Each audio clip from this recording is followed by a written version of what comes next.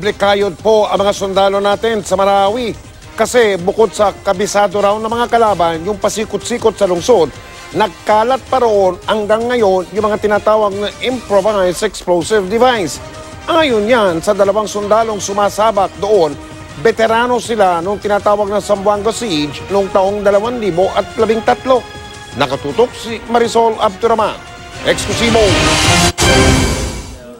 Hindi na bago sa klase ng bakbakan na kinakaharap ngayon ng tropa sa Marawi sina Corporal Roderick Landong at Corporal Rogen Cruz. Dati na rin kasi sila nakipagbakbakan sa tinaguriang Zamboanga Siege. Pero para sa dalawang ranger na ito na parehong nasugatan sa bakbakan, iba ang hirap na kinakaharap nila ngayon sa Marawi. Zamboanga ma'am, bali medyo maliit lang. Ilang barangay lang yung dito halos lahat ma'am. Yung buong bayan. Dito ma'am, ang nagpapahirap sa amin dito ma'am, yung malalaking mga bahay tapos may mga underground ma'am. Mas mahirap silang kalaban dito ma'am kasi mas kubisado nila yung lugar ma'am. Kaya hindi raw basta-basta ang giyera na kanilang sinusuong ngayon.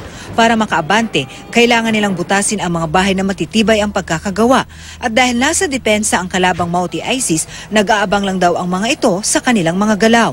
Makikita nila ma'am, pag mag-move kami, makita nila, malaman nila na nag-move kami, sila naka-defensive kung paano namin makuha yung posisyon nila ma'am at mapatras sila. Sabi ng Joint Task Force Marawi, karaniwang sanhi ng pagkamatay o pagkasugat ng mga tropa ng gobyerno ay dahil sa mga IED na marami pa rin daw sa ngayon. Sa katunayan, nasa 600 istruktura pa raw na nasa loob ng main battle area ang kailangan pang i-clear ng mga tropa.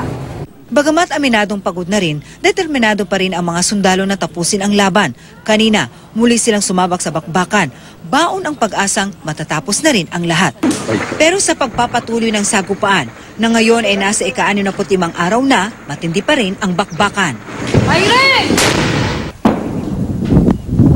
Kaya wala ring tigil ang artillery support sa tropa na nasa sentro ng bakbakan, pati na rin ang aerial assault. 3 barangay pa rin daw ang hawak ng Mauti ISIS group. Sa drone video na ito nakuha ni Rafi Tima, kita ang lawak ng pinsala na idinulot ng bakbakan. Mula rito sa Marawi City, Marisol Abduraman, nakatuto 24 oras.